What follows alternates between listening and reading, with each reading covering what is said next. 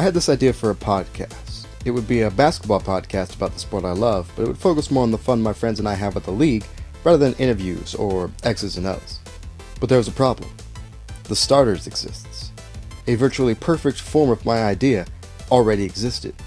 Now I'm not saying just because someone else does something really well you shouldn't pursue it, but it is daunting when that perfect form is constantly staring you in the face. I imagine this is how anyone wanting to make a first-person puzzle game feels. Everything was fine until 2007, when Valve released the Orange Box. In that famous bundle, of course, was Portal. Anyone who wanted to make a first-person puzzle game now faced an extra challenge. The game to which all of its peers would be compared to had been released. How does one develop a game that could compete in that type of market? A man with two first names, Alexander Bruce, had this idea. And that idea was Antichamber.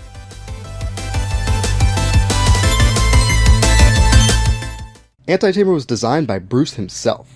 It released in 2013 to much critical acclaim. Let's take a look and see what all the fuss is about. When you first boot the game, you find yourself in this room and immediately you can tell this game is just a clever little shit.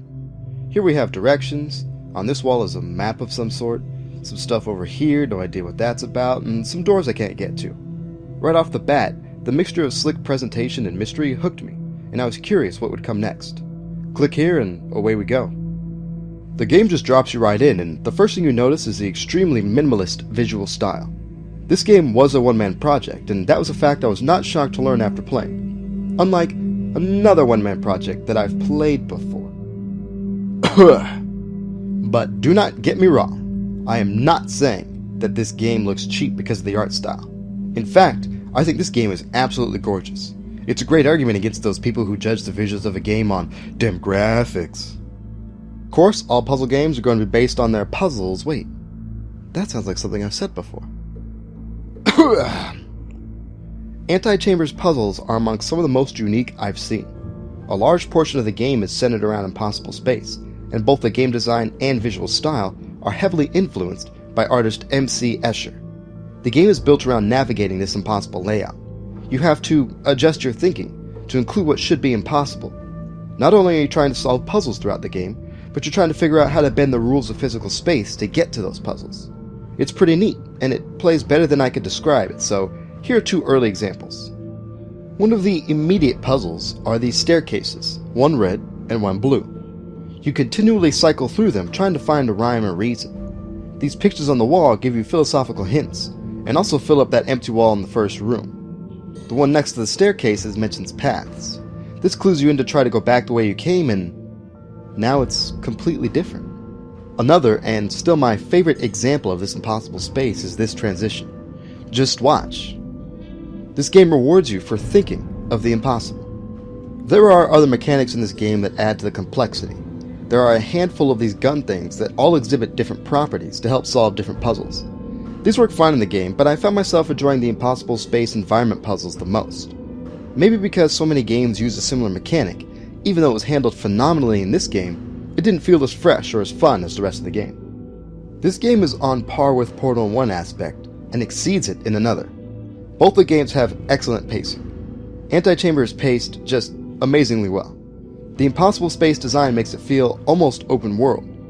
You can mess up and fall from one puzzle into another, solve the new puzzle, and then realize how to solve the first one. There were so many times playing that I ended up in the same hallway, but discovered a new wrinkle to it.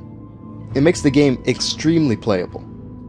Also making the game playable is how intuitive a lot of the puzzles are. Watch this puzzle and see how quickly you figure it out.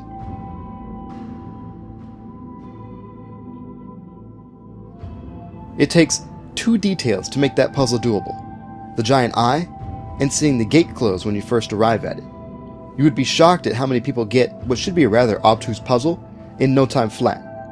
This is where this puzzle game shines more than any other I've ever played.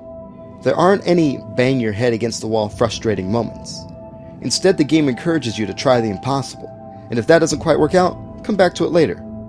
At no point in this game was I sitting in a room furiously trying to stare an answer into existence. There is a potential for a quick burnout with puzzle games, and Antichamber avoids this. That's not to say the game is easy though. I hit a wall where suddenly I wasn't solving anything. There is a steep curve once you get into the game far enough. So steep that I admittedly haven't beaten it yet. But in all honesty, even if I never do, this game has already justified the expense. It's a beautiful game, and I've had so much fun just being in the world of it that I could never get further than I am now and be happy with it. It often goes on sale on Steam, but I have no problem recommending it for the full $20 to any puzzle game fans. It's an experience difficult to describe, and even more difficult to forget. Antichamber is mind-bendingly nice. Thanks for watching, and remember, if you can't say anything nice... Hey, thanks for watching. Comment below and tell me what you think about this game. Have you played it? If so, what'd you think? If not, does it look like something you'd want to try? If you like this video and you want to see more, feel free to hit that subscribe button. And you can follow these links to a few of my other, more recent videos. Until next time.